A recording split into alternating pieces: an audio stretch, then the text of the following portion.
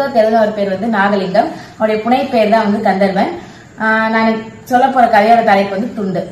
இந்த என்ன சொல்ல வராங்க அப்படின்னா, இப்போ ஒரு முதலாளித்துவம் அப்படின்னா வந்துட்டு தனக்கு கீழே நமக்கு கீழே வேலை செய்யற எல்லாருமே வந்து நமக்கு ஏதோ ஒரு விதத்துல வந்து மரியாதை கொடுக்கணும். இப்ப அந்த துண்டு இல்லாதனால அந்த தொழிலாளி கூட தனக்கு நிகரான ஒரு மாதிரி ஆயிடக்கூடாது அப்படின்ற ஒரு நினைப்பு வந்து அவங்களுக்குள்ள வருது.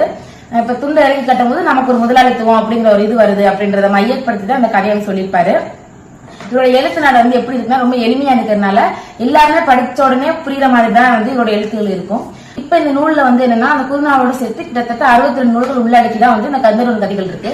இந்த தொகுத்தவர் யாருன்னா பாவா செல்லதுரை அவர்கள் தான் வந்து இந்த நூலை வந்து தொகுத்திருக்காரு. அவர் எழுதின சிறுகதைகள் எல்லாத்தையும் ஒன்னா சேர்த்து இந்த எல்லா சிறுகதைகளுமே வந்து ரொம்ப நல்லா இருக்கும். ஒவ்வொரு சிறுகதைகளுமே வந்துட்டு அவர் வந்துட்டு வாழ்க்கையில அனுபவிச்சது, அவர் நடந்தது எல்லாத்தையுமே ஒரு சிறுகதையா வந்து எழுதியிருக்காரு.